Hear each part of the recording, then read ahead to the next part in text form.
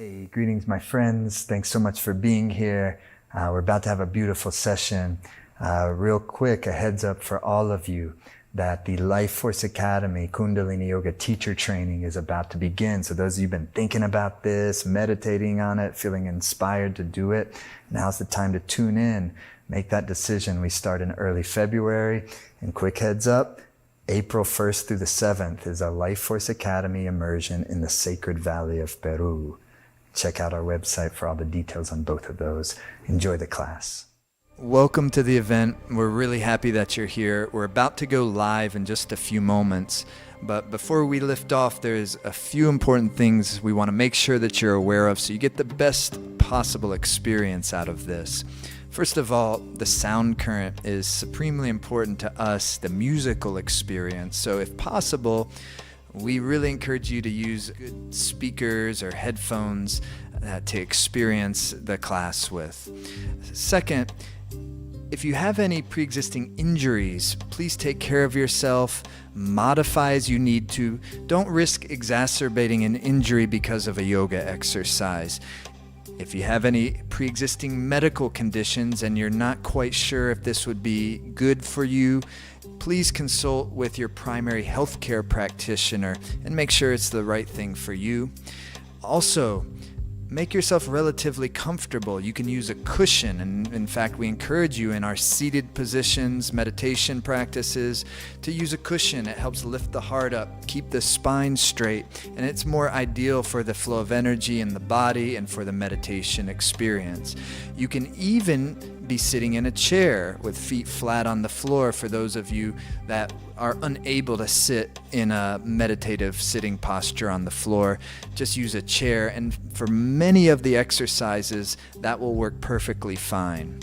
And then lastly, if you're having any problems with the video streaming, try refreshing the page, or if you see a gear icon on the video, adjust your resolution. If you're new to this type of thing, just take care of yourself. If there's something that you don't quite understand, I wouldn't worry about it too much. Everything that needs to click will click after a few times of trying it out. Enjoy the experience. We're about to get started in just a moment. Welcome to the event. We're really happy that you're here. We're about to go live.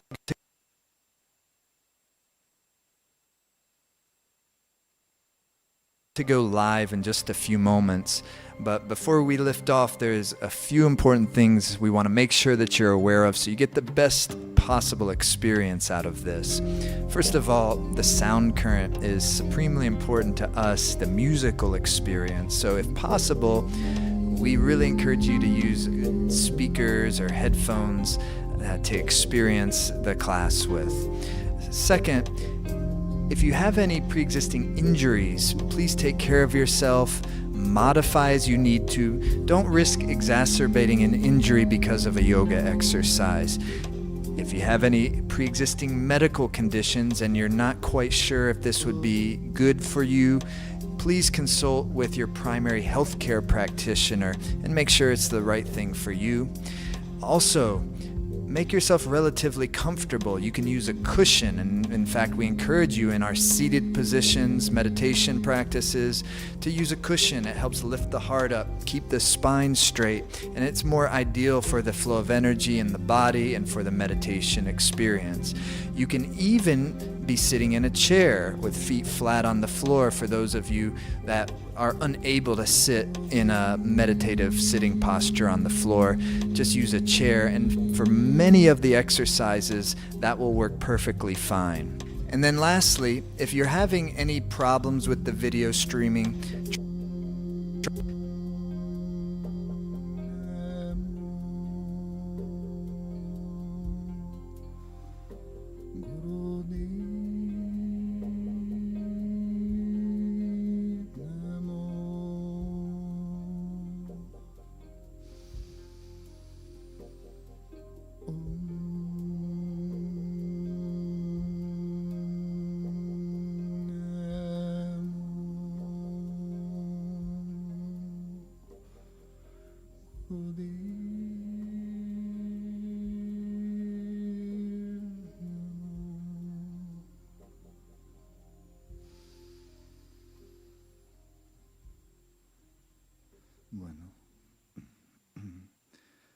So the first part is kind of just like turning a radio signal a little bit.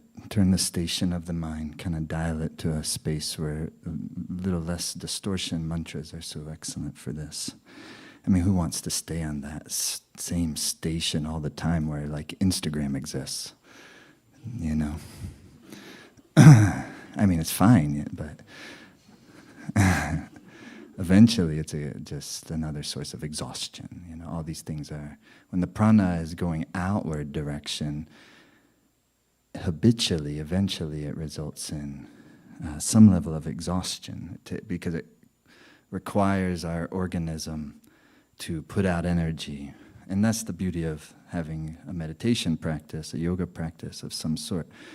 Meditation practice, anything that takes that chi, and then like in the Yoga Sutras language, they say pratyahara. It takes the sense organs, which are ordinarily turned in an outward direction, eyes, fragrance, smell, so the prana, the sense organs are the avenues for the prana, where your attention goes, your prana flows, chi, life force. So then pratyahara means turning them and then turning them around, so now they're going inwards. If you think of yourself more like some alien creature, it gets easier. Because we're a little bit normalized, of course, into these organisms. We come in as a baby, and at first maybe even like kind of looking at your hand like, whoa. And when little infants are in such a etheric space, most of us, I don't have any memories of being an infant. So it's very etheric.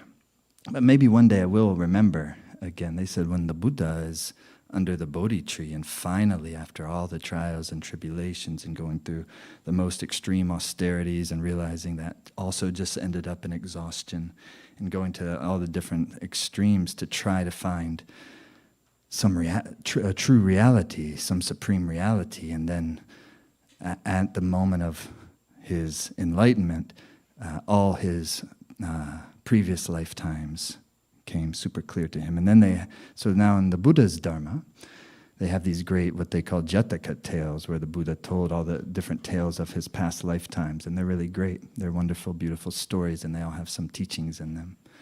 So who knows, the point is maybe one day I'll remember what it was like when I was an infant. If I can purify a little bit more of the dense, gooey subconscious mind. And so the subconscious mind, of course, we need. That's how we can still always ride a bike. We don't have to keep learning again, and operate on the planet in a integrated way. But the subconscious mind is also the storehouse for all the more exhausting patterns that have also habituated. So I might have a habit of being passive-aggressive. Who knows where it comes from? We can try to track it. We can look at traumas and childhood stories. All that can be super useful. But in yoga practice, you're not really doing that. In yoga practice, you're actually endeavoring to take the mind away from the constant stories. So that's the real mantra. Can really help kind of change the dial, so that's a little bit easier. But then when you become actively involved in that process, that's when really you can concentrate your chi, your prana in the central channel, and something different happens. What does that mean to be actively involved? It means within a practice, within a sadhana, you're within that time, and it's not like it lasts forever. We're not trying to discipline our mind forever. We're not trying to discipline our mind when we're at dinner later or when we're any other time. It's within the context of the sadhana, of the practice, of the kriya. And so there's a beginning, there's a middle, and then there's an end. So as you're beginning a practice, there's always some formalization of that to mark a beginning and to give yourself the opportunity to set an intention, or to give a wish, or to arouse a good motivation. Because we have all sorts of subconscious motivations. I want to get this, I want to have that, I want them to think about me this way, I hope that's a da-da-da. So we have all these certain different motivations, and there's nothing wrong with them. But that's not really why we're building our magnetism. And so that's why the yogis are always kind of encouraging to check your motivation. So it's not just setting an intent, it's checking one's motivation. And what does that mean, really? Consulting our hearts. What is it really that we're truly longing for? It's love in some form. And so then we recognize that also in order for us to kind of get inside of that real love that we're longing for, to experience that which we're truly longing for, then we also somehow have to be concerned not only for our own predicament, but then the predicament of others. This is the basic physics of life. And so to start a practice first is to give a wish. And to give a wish, and you can work with magic for sure, meaning this is magic. But to give a wish, to check one's motivation, and the first motivation is I don't want to have to, I want to truly be happy, and I don't want to have to suffer, because this is the wish that we all share together, all of us.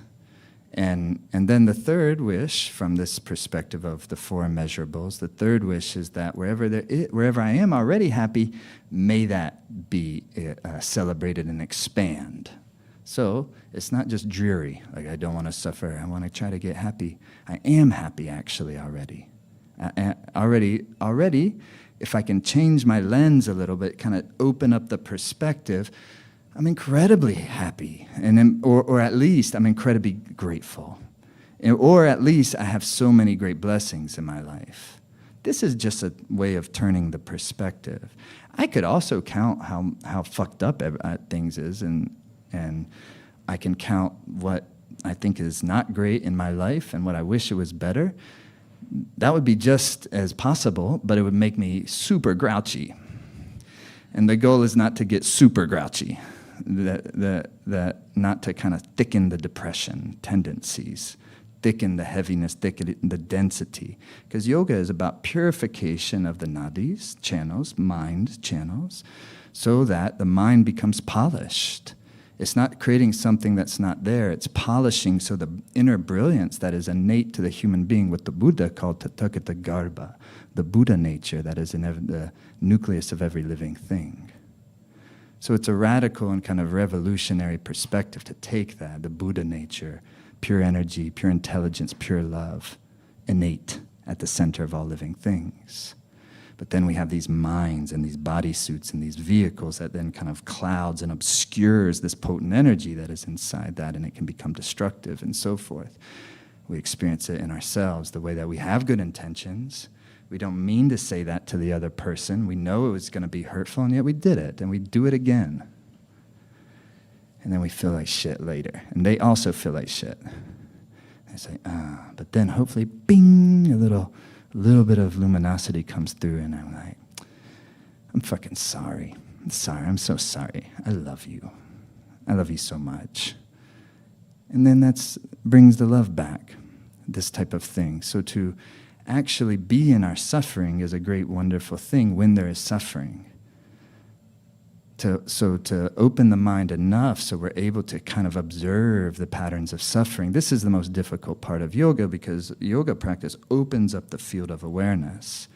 And so then at first it's difficult because you're just kind of fine before you started the stupid yoga practice, and now you opened up the field of awareness, and now you're recognizing how cluttered and busy everything is.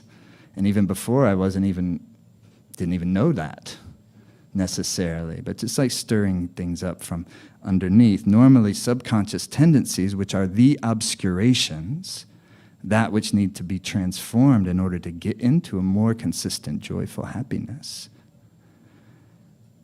It is those subconscious patterns that the Kriya practice can bring up to the surface. And ordinarily in our daily living, that happens, they are brought up to the surface through mostly our relationships. The people that we have the deep, deep bonds and bindings with. Not just our love relationships, but, mom, dad, our kids. This is where anyone who has kids knows they bring up stuff from our subconscious. And how is this precious little thing that is like, when he was born, it was the most magical experience of my entire life. And then fast forward just not too long, and I can't get him out of here, They drive you nuts, these little kids. Every parent knows that. There's something in them, the way they whine and the way they have these primal, everybody wants the baby, and then wait till they whine. And it's not like they just whine once, they whine over and over and over for years. I'm just providing some contraception to the audience. The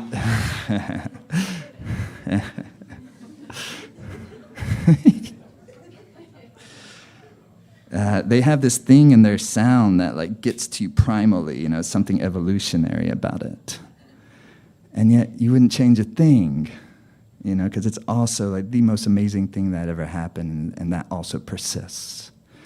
But they have a great way, children or family members or our lovers, it's a great way of bringing up subconscious patterns to the surface.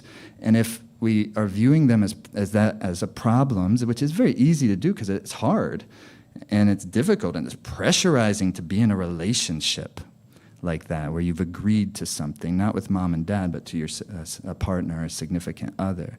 You've put some agreement together, we're going to do this, so then you've created a container together, and that container can build great magnetic energy together, and you can do in a certain way more together than you can do on your own in a certain way, if you can do it well, of course. If it's totally miserable in that container, it's not true. But in a relatively, we should say, relatively harmonious relationship, not these fairy tales, but a relatively harmonious relationship, and even though it's hard, you still keep on loving each other. You still keep on learning how to communicate well enough to keep getting back on the same page. This is realistic. The fairy tales are not. But inside of that realisticness, it does turn into something in a certain way almost better than a fairy tale, because you hit such a depth in that way.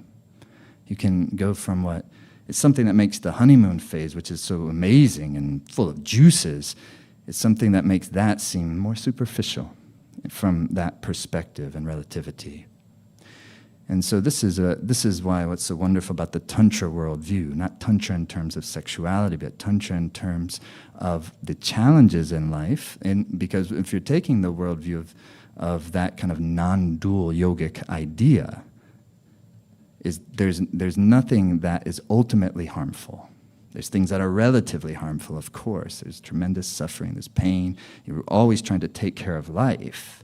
It's the principle first, 4 boundless attitudes. May all beings be happy. May all beings never have to suffer. May they be free of suffering. We know there's suffering, but that's just, really it's may all beings be happy and have the conditions for happiness. Number 2 is may all beings be free of suffering and have the conditions to be free of suffering, and so forth. And then the third is wherever there is happiness, wherever there is good, wherever there is music, wherever there is poetry, wherever there is art, wherever there's the things that bring life to life, may that expand. That's the third boundless attitude. And then the fourth is boundless equanimity, meaning that you apply those wishes that you have for yourself to others, and you do it without boundaries. That's why they're called boundless. It's not to this party, or to these people that the side that I march with. No, it's across the board. But yet still you'll march, because it doesn't mean you're stupid. It doesn't mean that we don't have wisdom, and in fact it's quite the opposite. It brings wisdom and actually helps you stand up for what you really are all about in life, and gives you the clarity on what that is. So it's nice. So first you have those kind of 4 boundless attitudes. So then as you're going into the practice, as you're starting the practice, and then you can mix in with that the prosperity wishes you have for your life, the relationship, whatever domain of life is really kind of alive for you, or whether you're wanting it to be alive for you, so you want to get in a partnership, or you're in one and it's really hard, or it's money, or it's your sense of feeling like you have some purpose in the world and the work you're doing doesn't really feel like it's very purposeful, and yet you have purpose, and then but how do you do it in life, and this type of thing. You can put it in, that's one wish, that's a genuine heart's longing, and so forth. So to begin a practice like that is number 1, but then to use the mantra to start to tune the mind and take it off the station that's going to keep the mind's energy up on the surface waves. So that's why in the Kriya practice, in any Kundalini Yoga meditation practice, you're giving your mind a point of focus, an anchor. At first it's a breath, and you put your mind on the breath. But if you keep it in this context that, okay, just keep mind on the breath, it's pretty boring really quickly. But then if you start to learn and understand a little bit more about what's going on, what is the breath? The carrier of your prana, carrier of your life force, the thing that when you come out of our mother's womb, we take it in, and right before our prana leaves the body and we're going to die, this is the final exhale. So then what's in between? And so pavan means carrier. It's what they call the breath. Pavan means the carrier. And what is it inferring? It's the carrier of the prana. What is the prana? The prana is the energy of intelligence. The prana is the energy of love in that wind form. And it's carried via the breath. That's why they call it pavan guru. It's the guru. It's the wisdom energy that comes to you that you can harness via your breath. So it's more than just focusing your mind on your breath. It's blending your mind with prana. It's getting your mind to centralize its energy so it's not exhausting the organism so often in such kind of difficult ways.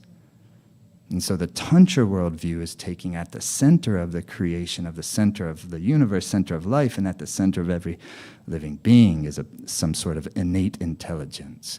But it's beyond comprehension, and as soon as you start to try to figure it out, but what about war, and what about this?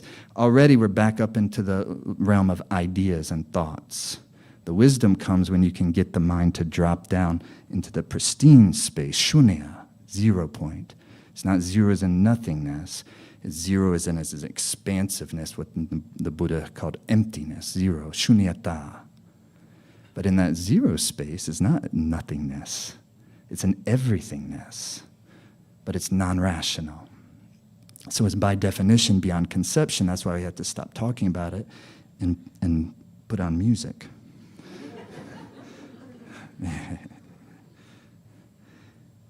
So then you use a mantra, and that the mantra, the breath, they anchor your mind to drop down below the surface waves. But at first it's going to be more hard. Why? Because it's just the first few minutes. And the mind's still not doing pratyahara, turning the sense organs inward, is still going outward.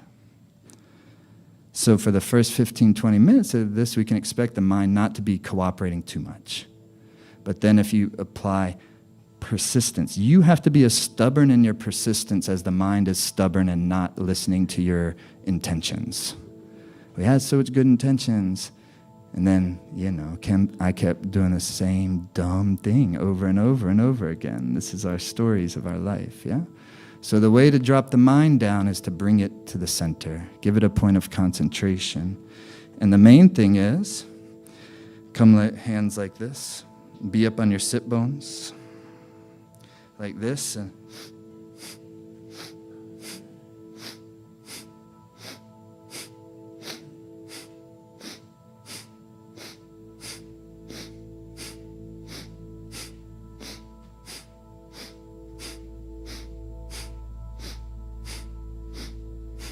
it's not, I need to discipline my mind. It's, no, I want to bring my mind into a deeper pleasure energy.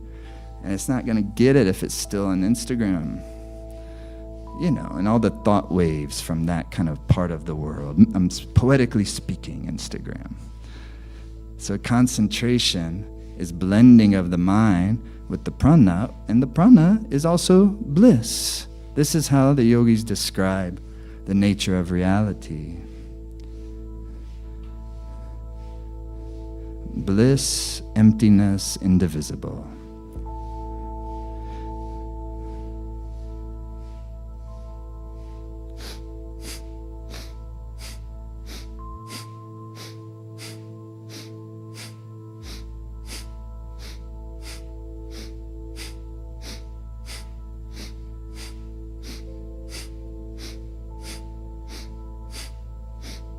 Feel it in your body. There's so many ways to blend the mind with the breath. You can feel it and how it feels and what it's doing to your body. You can listen to its sound. You can put it in a nice rhythm.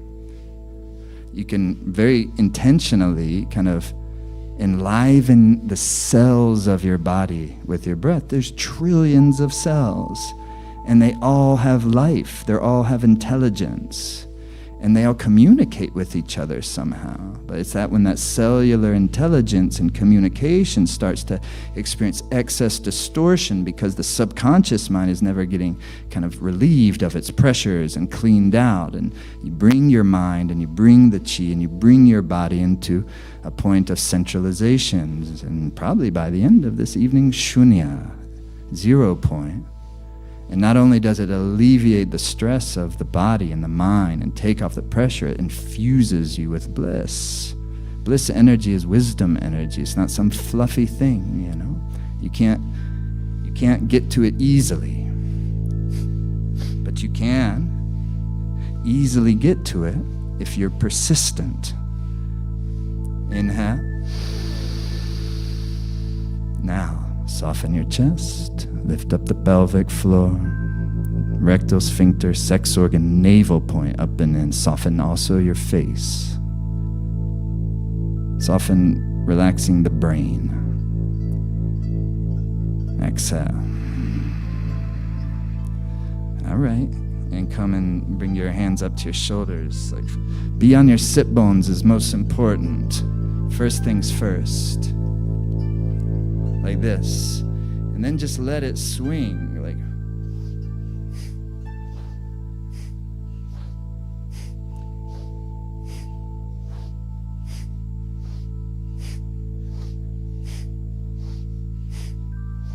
not controlling it too much, but it's nice, elegant posture.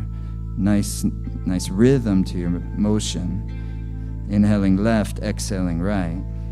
You find that the breath is light, but it gets deep because you're easing into it, and you're more and more with every exercise giving it nice rhythm.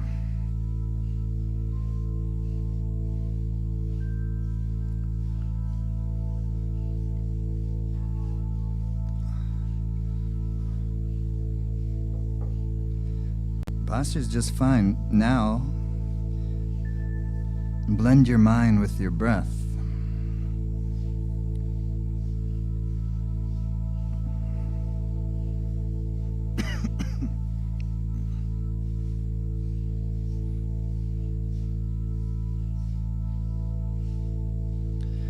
To the center inhalation.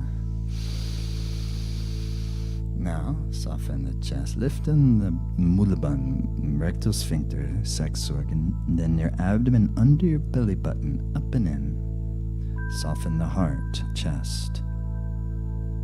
Exhale. Nice. Okay, hands to our knees.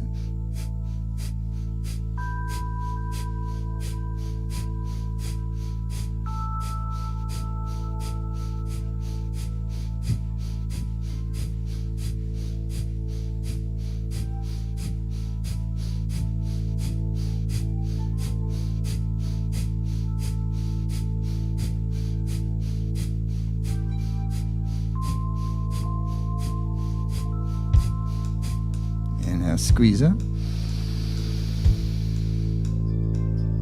Exhale, release. Nice. Okay, first is opening the spinal kind of area, central channel, keeping the spine nice and supple, so the prana is moving nice and freely. You know, nothing is few things are as helpful to your health as making sure your chi is moving. Open your legs wide like a V shape. Trying not to speak in absolutes, you know, because they're never really true. Nothing is, this is the best. There's a whole thousands of years of history of every yogic lineage saying, this is the best. Every religion, this is the best. We're the ones. All right, inhale, center, turn to either side, fold, exhale. Inhale, fill your lungs. Take your time, please. Watch the breath. We're not going back to PE. We're in blending the mind with prana session. So when you inhale, fill the lungs. And then when you exhale, softly fold. Inhaling, fill the lungs. Turn, and then exhaling, softly fold. And then feet are flexed, energy in the toes. Groin relax. Exhaling, fold. And when you lift, you kind of engage that leg, that side, strengthening as you stretch, because you're not trying for flexibility. Yes, some flexibility, definitely, but equal, it's toning, it's strengthening, it's building a vehicle, building a nice vessel that can hold good magnetic energy. Then the cells can communicate perfectly. Keeps the organs charged up, purifies the amma off the tissue layers. The amma is more of kind of what we would call toxicity that covers the tissue layers, the blood, the plasma, the muscles, the fatty tissue, the marrow, the nerve tissue, and the shukra, the semen and the egg. So purification of the nadis and also purification of the 7 tissue layers through the pranayama and through the asana. So blend the mind with the breath, opening this life nerve that comes down from the spine, and like the roots of a tree going into the earth, it comes down the backs of it, through the backs of your legs. And this is keeping your whole electrical system, nice and taken care of. Not hard stretching, nourishing, breathing, pleasuring. Inhale, center, and flex the feet, energy in the toes, soften the groin, fold down, center. Extend out through your chest a little bit, and flex your feet, energy in your toes, soften the groin out, draw the breath in on your inhalation, follow the breath, and then on the exhalation, push it all the way out, and follow it. And then when you inhale, bring it in and draw your chi down into your pelvic bowl, all this potency. And then as you exhale, lifts up through your chest and up into your bowl of your skull bone, nourishing your brain tissue. And then back down the spine as you inhale. Where your attention goes, the prana flows. So it's up to you how you want to use your creativity to start to tune your instrument. Follow the breath.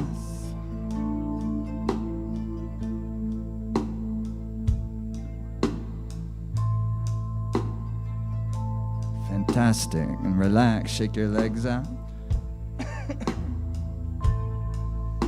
Okay, and come standing and be with your arms out. In this room, everybody just face this side of the room. You're like Nima, your arms are gonna be out, your fingers are nice and firm, your shoulder blades are dropped. Her legs are nice and strong. There's a root line connected down. And it's not a stretch, it's an inhale here, then you exhale in the down motion, then you use your core, pelvic floor, navel point to lift you up on an inhale. Exhaling down. Every inhalation, draw your navel point in, lift through your pelvic floor to lift you. Keep your legs nice and strong to help lift you. Lift your upper body with your lower body. Breathe, fill your lungs every inhale. Fingers nice and firm. Heart, chest, nice and soft. Mind, nice and soft. Little by little, enjoying. Breathe, rhythm, breathe.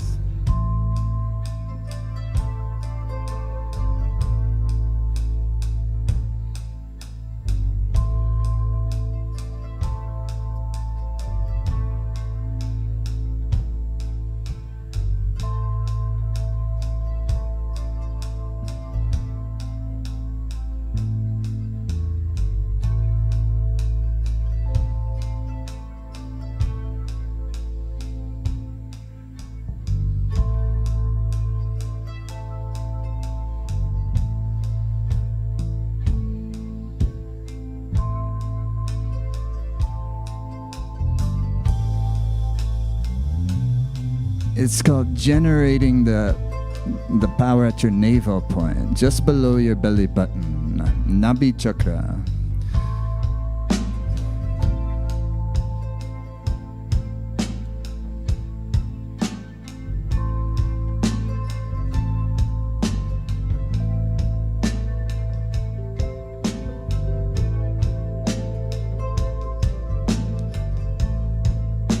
Inhale up.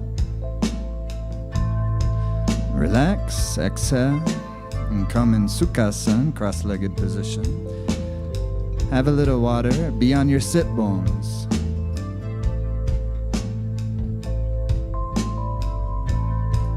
With pranayama, also always hydration.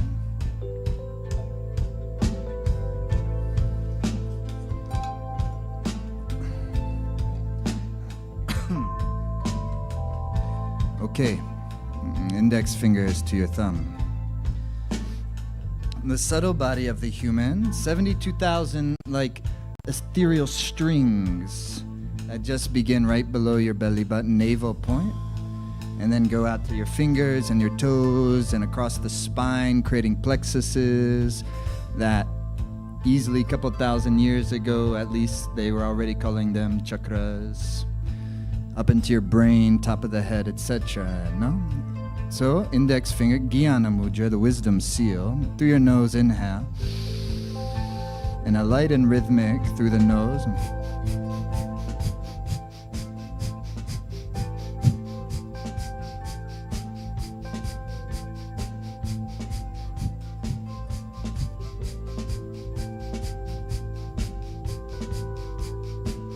Inhale through your nose. Just soften your chest, soften your mind. Everybody's doing just good. Don't worry too much. Exhale. It's all going to come into place. Just T-R-Y. Try. Inhale.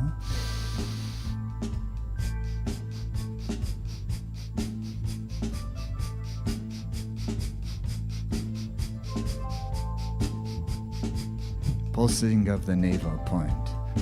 Exhale, inhale, equalized. The exhale is not stronger than the inhale. Equalize them.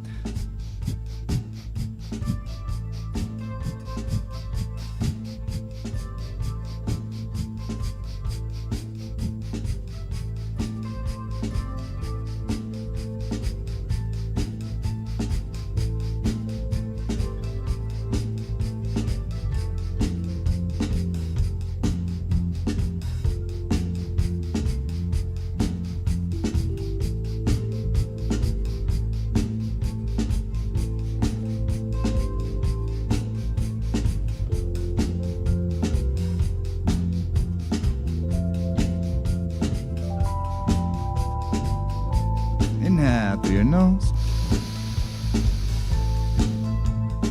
Soften your chest, soften the mind. Exhale. Wow. Okay, this time you're gonna inhale. It's been a light panting. Inhale through your nose. The tongue comes out like a panting, like a happy little tired dog.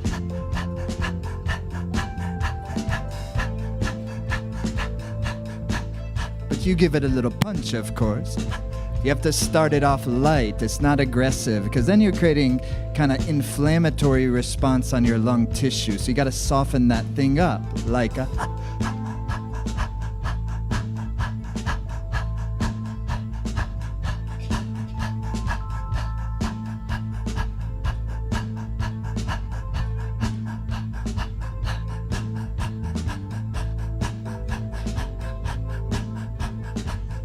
You know what it does? Makes your immune system nice and vibrant and strong. It's the first little sign of a cold, this little pranayama, tongue out. Some of you aren't able to keep going with it because your exhale's stronger than your inhale and you're running out of oxygen. Equalize.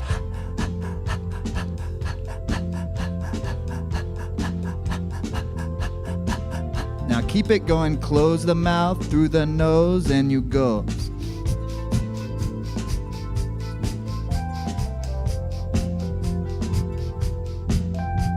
Now close your eyes, try to stop worrying about it so much and use it, lift up your energy, open the field. Start to feel good, deliver the medicine, to all the tissue layers, little bliss medicines, follow the prana, blend the mind with the breath. And then they use the mantra, kind of like luminous sounds, but you can just consider your breath.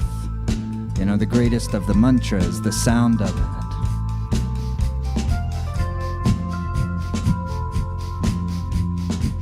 Through your nose, inhale. Pelvic floor, Mulaba rectum, sex organ, navel point. Now soften your chest, soften your mind, be very still.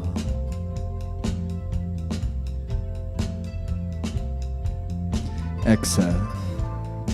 Nice. You know, it's quite reasonable to get your mind to be very still for 5 to 10 seconds. Then after that, well, even further into the meditation practice, 30 seconds, 45 seconds. But after that, the mind tends to then start to wander. The kind of chi is like losing its center a little bit. But with encouragement, and the more that's in every sadhana, every little yoga practice, it's encouraging the chi, the mind, to kind of be in the central channel of the organism. That's where the intuition is coming, and where we're kind of feeling our bigger connection, our connection to our greater universe. And so then the more we kind of do that, the more the body realizes it feels super great, and we feel like ourselves, and we feel good. And what happens when we start to feel something that feels like ourselves and feel good? We kind of prefer it to feeling disconnected. So you start to be, even though it's a little bit hard, the kriya, you start to really like it, like that. Come onto your backs. Hug the knees to the chest. We're gonna tune our instruments. We're gonna kind of pulse the navel point and get the navel point very strong. Also, your abs will be so nice.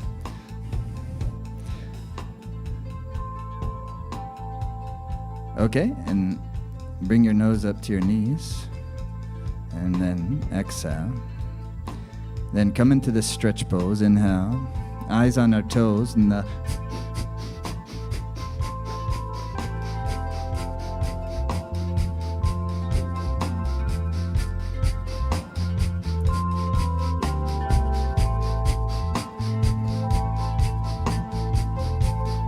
10 seconds. Pulse the navel.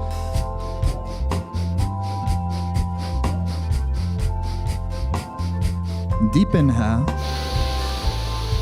Pelvic floor in, navel point in, so it shakes. In, relax.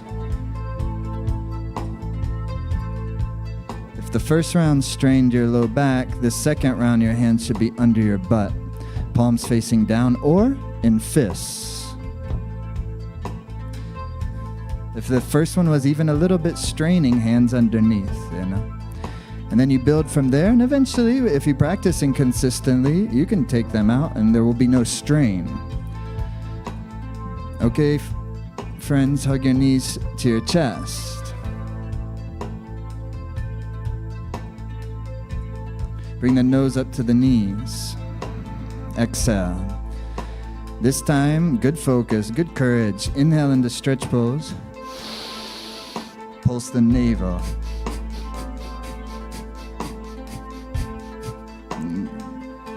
Do it with less panic. Just try to let it be hard if it's hard. Then just to blend the mind with the breath. Build your vital energies.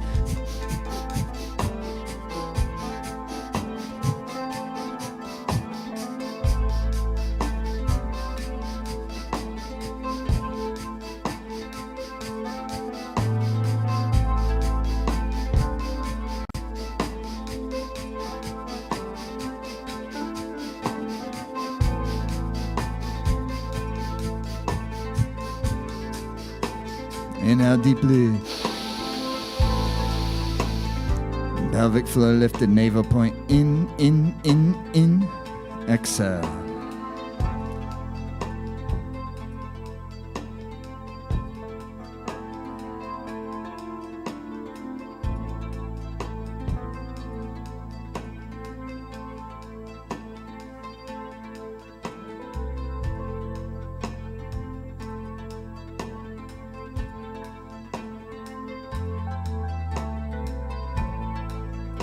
That was pretty good.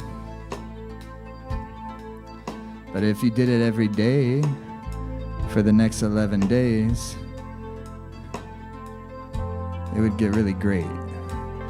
What would get really great is kind of how the energy fields during your day. Second exercise of the Kriya, hug your knees to your chest. Inhale, bring the nose up to the knees. You're going to stay here, exhale.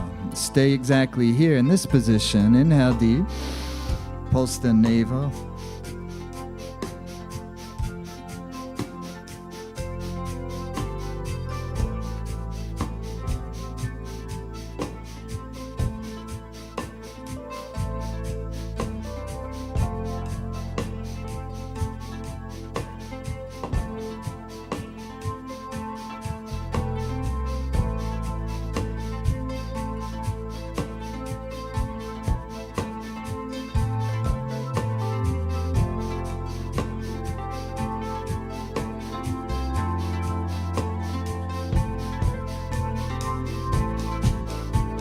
Squeeze up, inhale.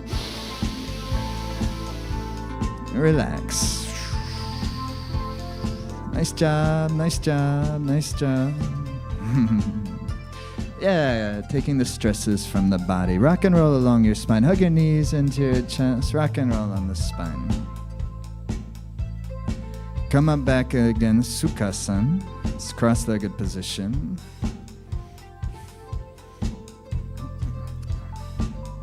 60-degree angle. Thumbs are out, fingers are tucked, no?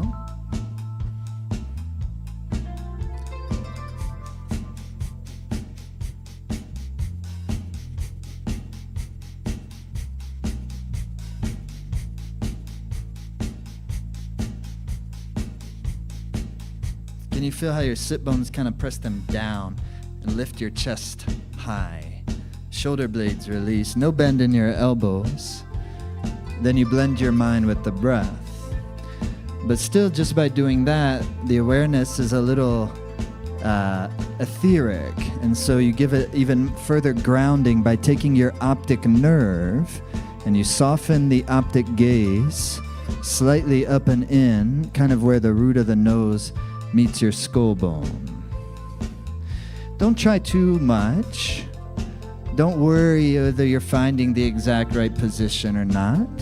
Just softly gaze, kind of up between and slightly in between the two eyebrows, and just soften there. And the spirit of it is encourage the mind to kind of center its energy into the inner universe, pratyahar. Pulse the navel. Charge the magnetic field. 2 minutos. Stay with it, with the rhythm.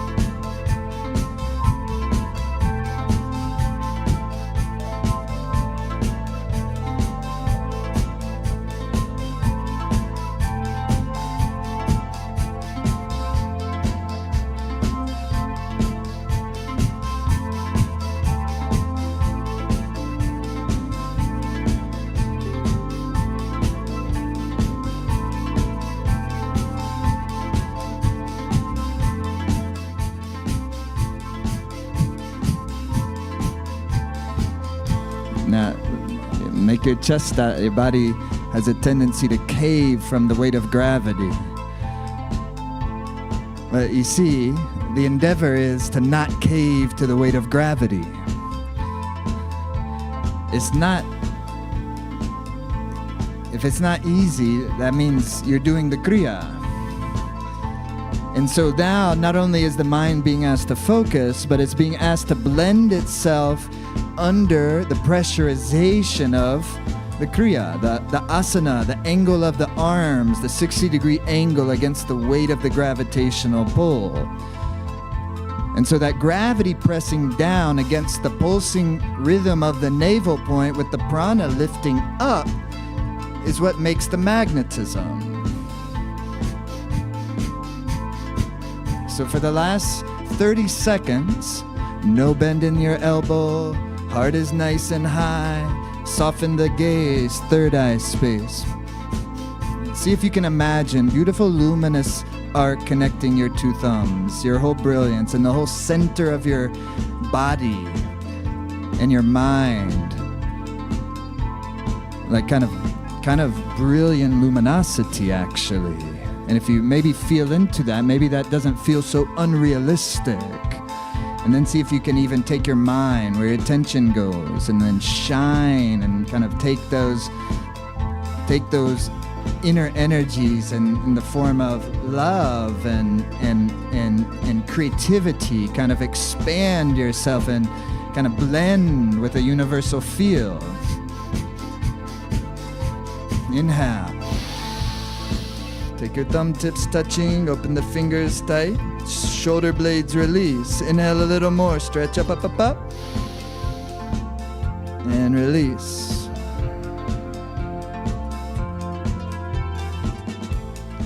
And just be nice and still for a moment. Hands onto the legs.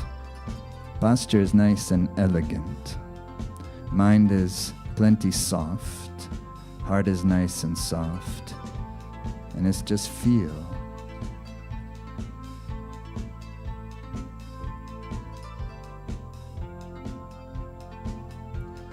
The pleasure of yoga, the pleasure of meditation is relieving our mind's needs to analyze and investigate.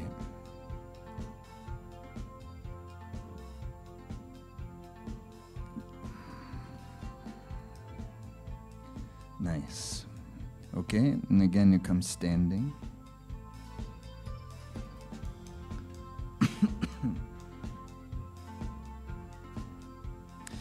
Part of yoga, of course, is total investigation. Investigation of the mind, investigation of the psyche, investigation of the physics of the life and the universe. But inside the Kriya, when you're trying to drop the mind away from ideas, investigation is an obstacle. Okay, frogs. Like this, you're on your toes. Your heels never touch if possible. Fingertips, chest lifted up. Inhale like this. Heels never touch if possible. Heels never touch, they touch each other, sorry. Not a bad teaching. Heels touching each other, but they never touch the ground. Expecting you to read my mind. Fingertips like this, heels touching, but when you come up, they don't touch the ground if possible. There's a ideal, then there's the real, okay? Well, damn, y'all already started getting bonus reps in before we even began the official count. Nice job. I like the spirit of this room. All right, and go. 2, 3, 4, 5. Inhale up, exhaling down. 7, 8, 9, 10, 11, 12. Deeper the breath. 14, 15, 16, 17, 18, 19, 20, 21, 22, 23, 24, 25, 26. Inhale. Stand up. Shake your legs out. Have a little bit of water. Come seated.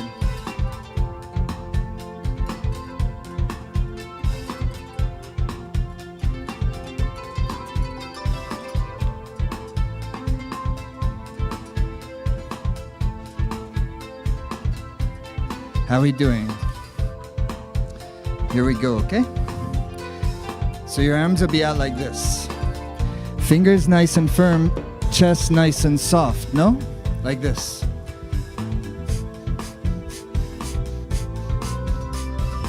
So it's an exhale every time either hand comes to my heart. It's called gathering the heart chi, heart prana, like this. It's the same breath we've been doing.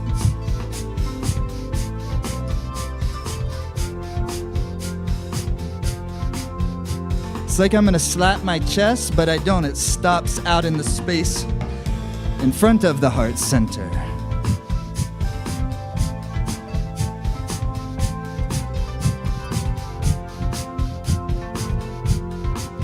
You have a left and a right. You have an exhale and you have an inhale.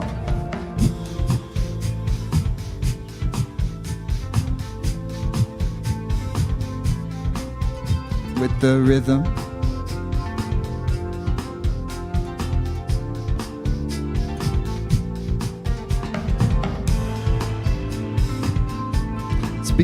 To become super magnetic in this little kriya.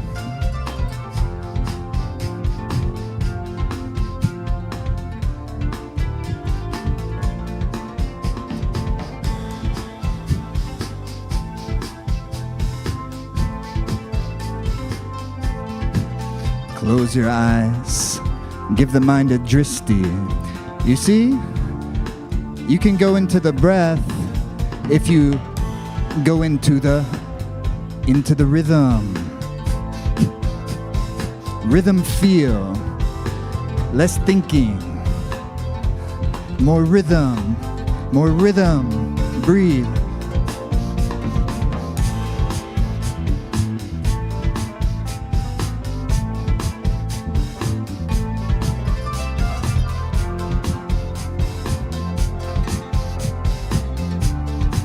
You can move your energy, you can move your life.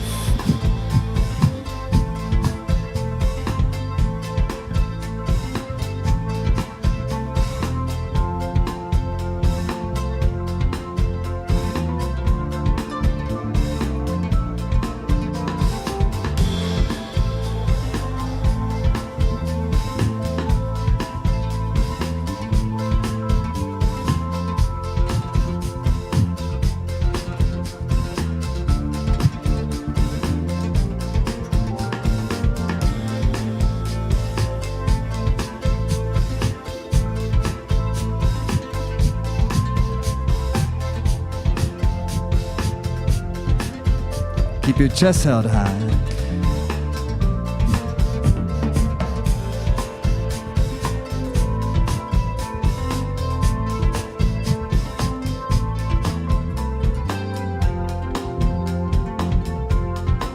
The Kriya takes you to the point where there's no way that this can continue. And then it continues. And in that, deeper the breath, anchoring the mind, stirring the subconscious, it clears the field. Stay with it, stay the course, go through it, be with it, into the rhythm we go.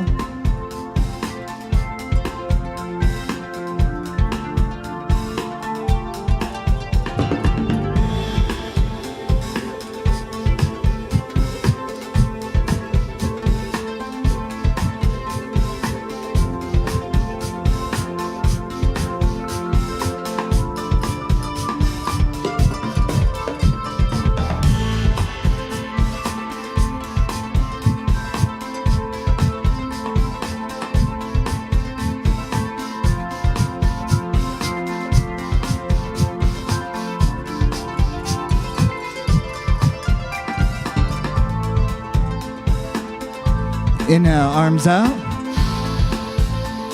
Fingers firm, fingers tight, chest soft, shoulder blades release. Fingers tight, pelvic floor lifted, relax.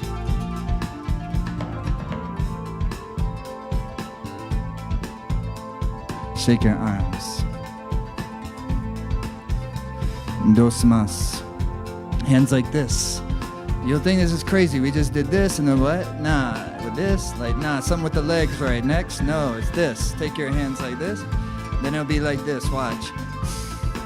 So it's out and then pop. So it's like span and then contract. So you're gonna bring your hands together as powerfully as you can, but they don't clap. They stop. But you also don't keep it like this. This Nice core strength so you're not super tense up here. The power doesn't come from up here, it comes from down here.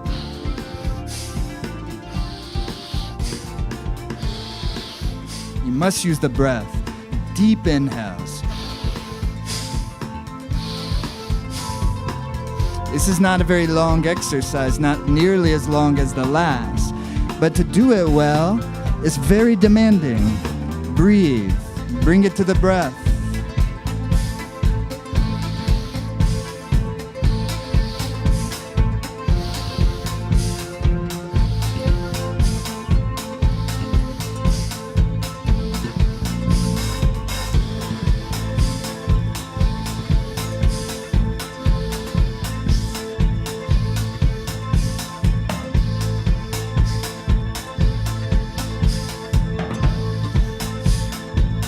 Stay with it.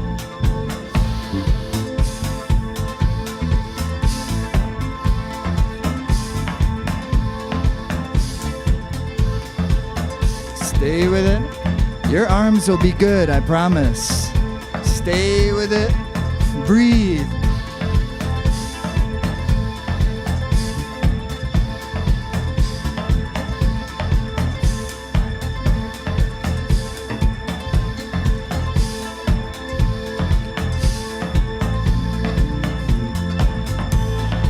Stay with it. Strong. Pop. Pop.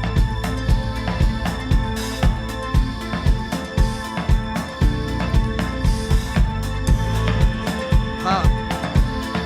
Pop. Pop.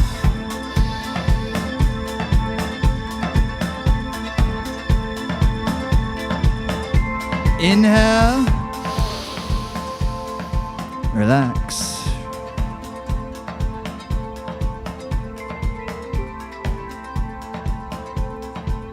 Shake your arms out.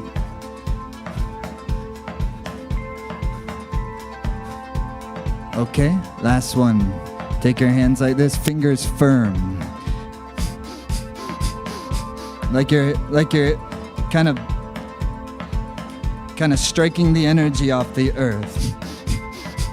You see, all of it comes from, all the martial artists know, it comes from here. It doesn't come from your arms, it comes from here.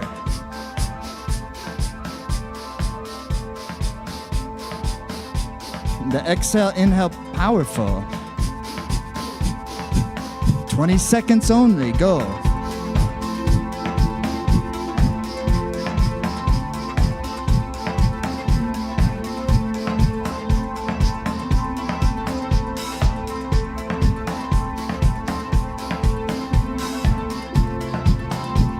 Inhale. Exhale.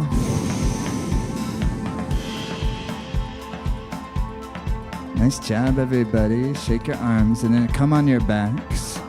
And I told only a little white fib. There's one little more left, one little more. But you're on your backs. You're basically going to sleep. You're on your backs for the last one. Basically going to sleep. But your legs are together, your arms are by the side. For many of us, maybe even our hands are under our butt. So it's not exactly like going to sleep, because then you take your two legs together, and you keep your head down, your chin in a little bit, head on the ground, pelvic floor in, then you lift up your legs, feet to about 12 inches, okay? 12 inches. And you breathe very deep in from that 12-inch space. If you have very good kind of core strength, you've been hanging out in Kundalini Yoga or Pilates or something, then you can take all your fingers and you can press them into your abdomen just under your belly button and breathe super deep into it.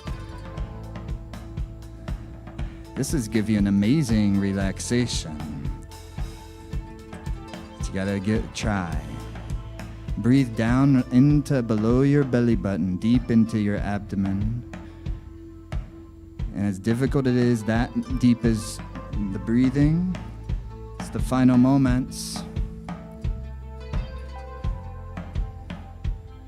Yeah, it builds inner vital energy like nothing else. Final moments. Feet are flexed, or they can be pointed, but they need to be tight. One of the two. Pelvic floor in. Must breathe deeper. Deeper, deeper, deeper, deeper. Okay, beautiful people, inhale. And relax. And relax, Shavasana, like going to sleep, relax, relax. Really what you're doing is you're going into deep listening space, relaxing into deep listening space. If you can close your eyes down and let your legs out some and let your arms out some. Keep yourself warm if you can. But in your mind space,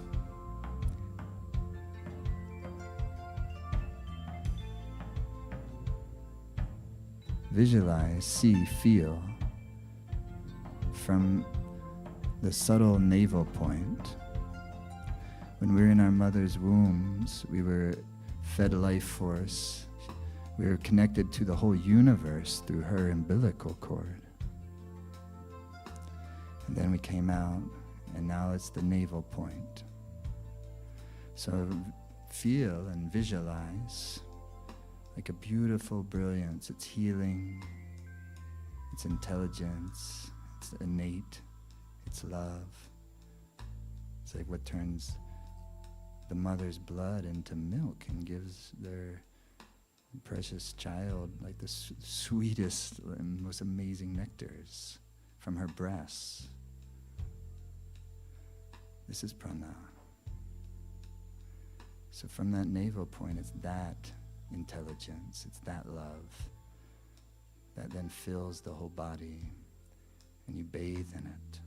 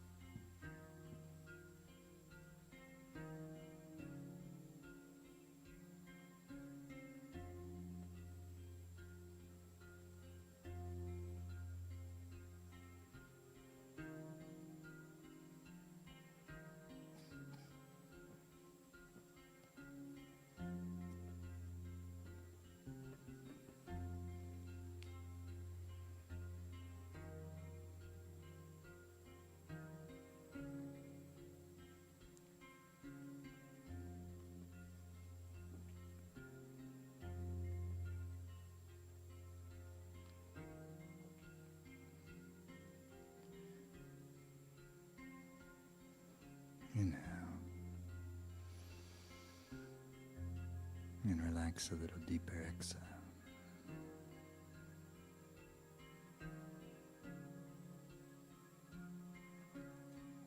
And just for a few moments more, allow yourself to be well nourished. Integrating the chi into our bodies. It's like taking the magnificence of the universe, kind of harnessing it into ourselves, and now allowing it to integrate.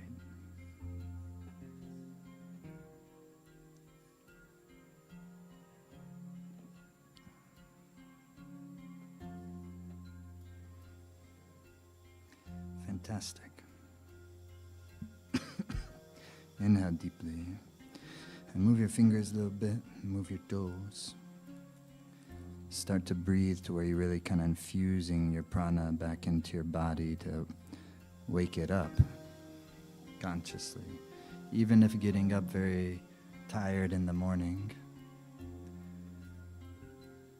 you can breathe and wake it up, even though you don't want to.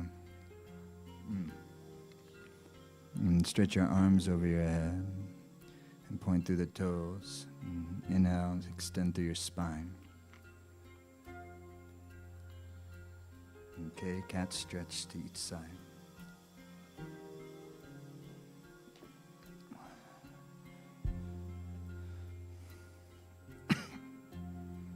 Yes. Make your friction with your hands. Make the friction with your feet. Rub the hands and rub the feet. Brisk, brisk, brisk. Hug the knees into the chest. Rock a couple of times. Come into Sukhasana. The cross-legged position with the sit bones connected. It's not easy pose. I'm doing my best. I'm weaning myself off this semantic easy pose. You know, it's a regal pose. Sukhasana. Sukha, means good space. It connotates so much. Easy is not really a translation of this word. Sukhasana. Sit bones connected. One vertical relationship with prana. Yeah. Then you take your thumb tips touching. You take your index tip touching. You take your middle tips touching. And the ring and the pinky stretch away. So then I hold it at the heart in front of my chest. So my thumbs are pointing right at the center of my sternum. Then the index and middle, they're kind of pointing away at an angle. Up at an angle. Index and middle is Guru and Shani, Jupiter and Saturn. Expansion and contraction. Discipline and devotion. Thumbs pointing towards the heart. The Surya, Sun, and Buddha, Mercury fingers, ring and pinky, they are not touching anything, and they also kind of stretch away from you. You hold this very beautifully with a lifted heart, with a dropped shoulders, beautiful lifted chest. Your chin is ever so slightly in. The inner gaze actually looks up as if you could gaze out the top of your head. It doesn't do it super tense. It just kind of is like wondering in that direction, kind of drawing of the awareness up to the crown of our head. Very gently. You can't force it, but you can do it soft and with good wonder, and then you can sustain it little by then bringing your breath into the picture, taking a deep inhalation through your nose, and then pausing at the top. And then the exhalation, almost like it's coming from the crown of the head down, exhaling the breath all the way out. Push it all the way out. Lift your diaphragm to push it all the way out. Then, only then, inhaling again. And then you suspend at the top. You keep it in. You soften your chest for a moment. You gaze up at the crown just a moment, and then you begin the exhale. You keep the body ever so still. The mudra connected. And you're creating a magnetic field within the context of the meditation. Centering the chi in the central channel. and blending with that luminosity. Follow the breath current. The breath is your anchor. And the top of the head, inhaling. And then you pause at the top and you soften the chest. You open the great heart and you kind of open the crown by kind of wandering up there, gaze. And then as you exhale, I even make it feel like the breath is moving out and in from my crown. This is the creativity. Breathe.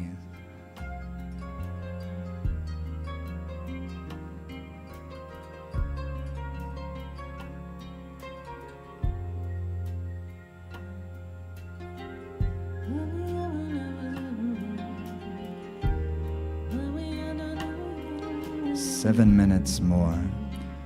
Don't move. And then the subtle force will be able to move inside of you. Follow the breath current. Crown of the head. These are your anchors. Come back to them again and again.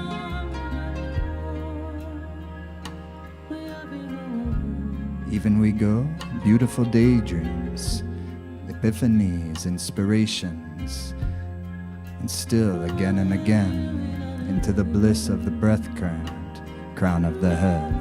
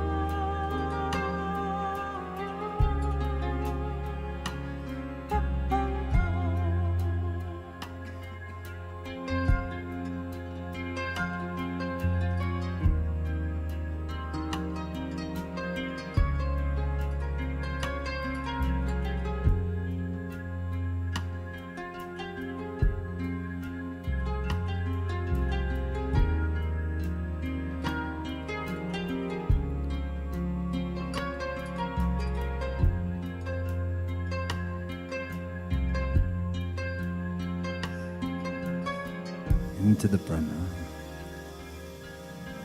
crown of the head.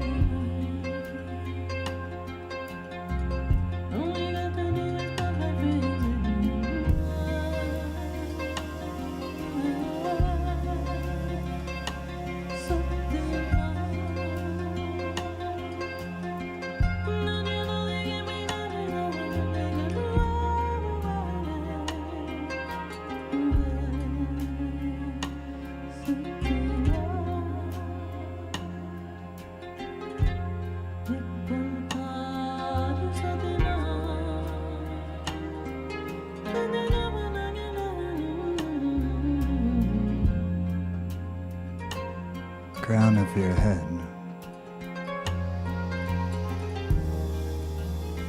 At a certain point, you get in a very much like twilight zone. that time, deepen the breath.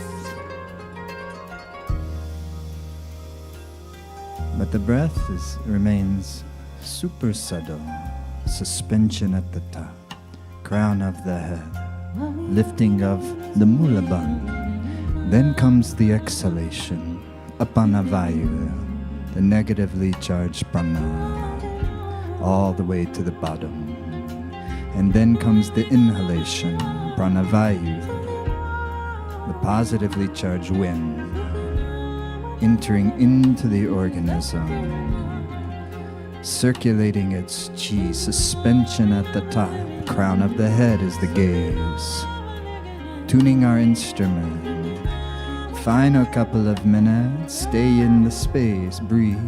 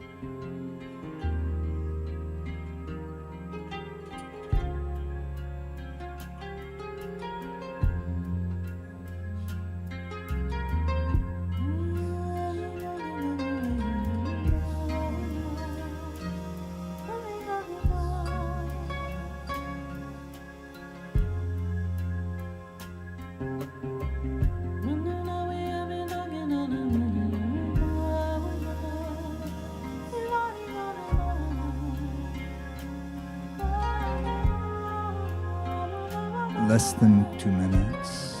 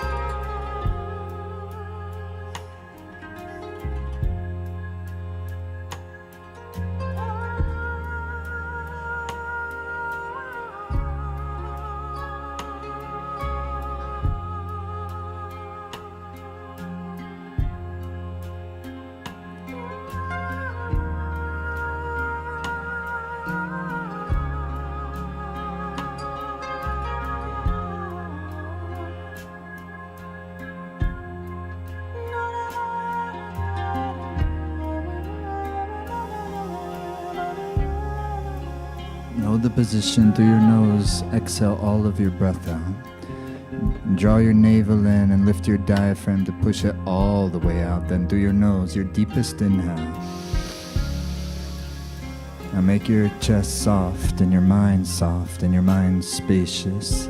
Sunya, listening.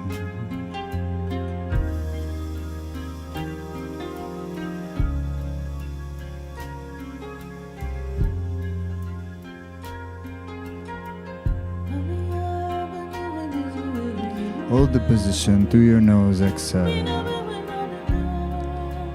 Inhale deeply. Suspend, soften your chest, soften the mind, spacious, still point, listening.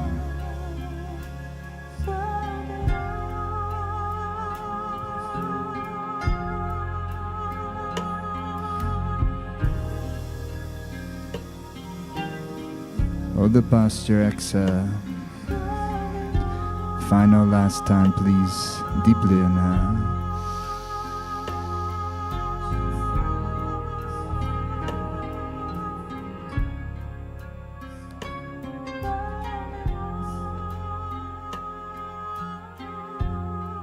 And relax.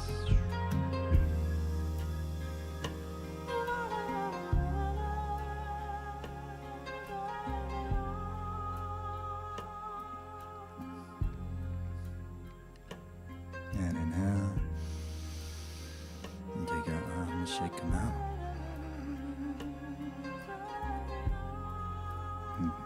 Keeping the energy in your body, no?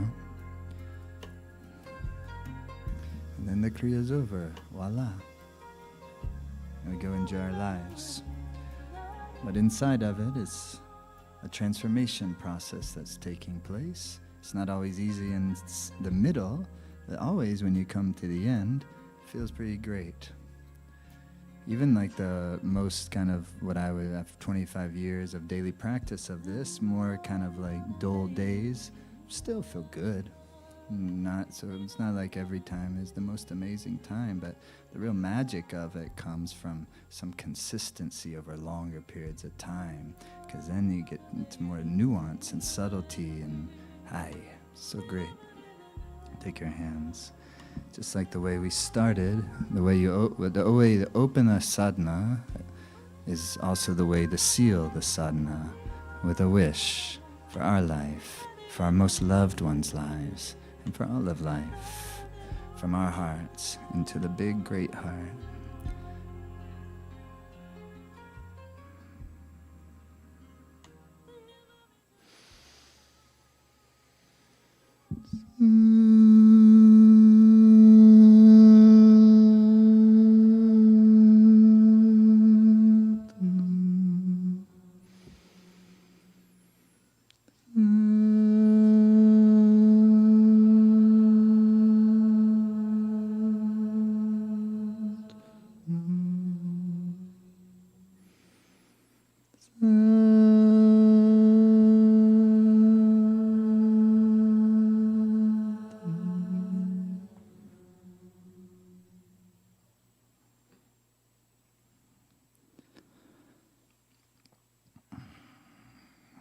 Thank you so much. On Wednesday we start the Life Force Academy Kundalini Yoga teacher training. So we're going to be in here this week. And by this time next week, I'll be here tired, but really good tired, because I would definitely try to come next Monday. We'll be very in it all week. It's going to be beautiful. I'm very excited for it. And we have people from all over the world. A little more than half the people are doing it virtually. We have people in India. We have people all through Europe. We have people in Australia. And then we're going to have a nice full group here in person. And we do 5 days starting on Wednesday, February the 4th. Then there's 3 5-day immersions. The next one's in the end of April. The final one's in July. And then in between, on many Wednesdays, we're meeting. We have a couple hours. I just was able, I'm very grateful that I was able to, the great Satbir Singh is going to, he is a longtime professor at Harvard. He is one of the leading, if not the leading researcher on yoga and meditation and in yoga therapy and so forth. And he's, many decades long Kundalini yogi. So he'll be teaching. Simrat will be coming in, teaching Nada Yoga along with me. And so it's going to be a great, we're going into a cocoon. It's a deep transformational process and coming out like butterflies. And the other side, watch out. So anybody wants to jump in at the last minute, there's still a little bit of space in person, and there's plenty of space it's an amazing experience. Okay, and then tomorrow also, if you didn't do the full moon yesterday, we started a 40-day practice, prosperity practice, fantastic. We've had people doing it every single day, all over the place, and then there's a huge group of them, over 100 every single day that are on Zoom every morning, 8 a.m. Pacific time.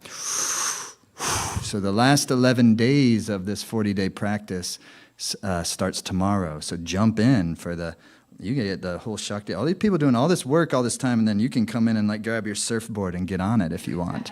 So that's just go into the Life Force Academy members portal, go to meditation challenge and push play, and it's 22-minute practice, and you're gonna feel great. Do it for 11 straight days. Boom, voila. See you next Monday. Satnam.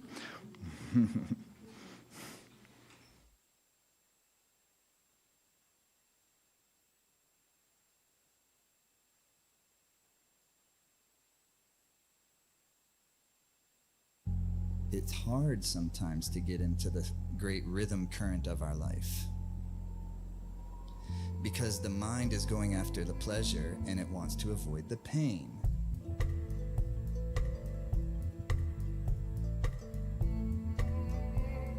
There comes the practice of yoga, is to spend a little time each day getting your energy right inside of you, putting your energy in rhythm, centering your life force, your prana, so that the mind and the heart has nice sensation of the purposefulness of your life.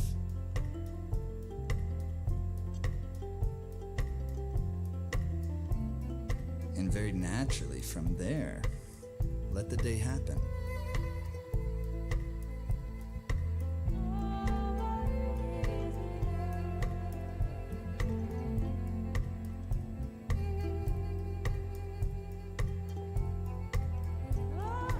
There's a pure consciousness, a pure love, a pure intelligence at the nucleus of us all.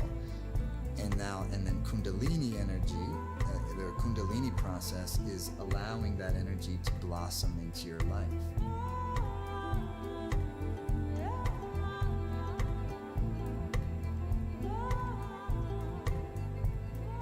This is about experiencing your innate goodness, your innate brilliance, your innate love, and experiencing the interconnected web of which we're a part of. So yes, it is purifying, but it's purifying the mind. The mind is what is being purified, not you. You are being glorified.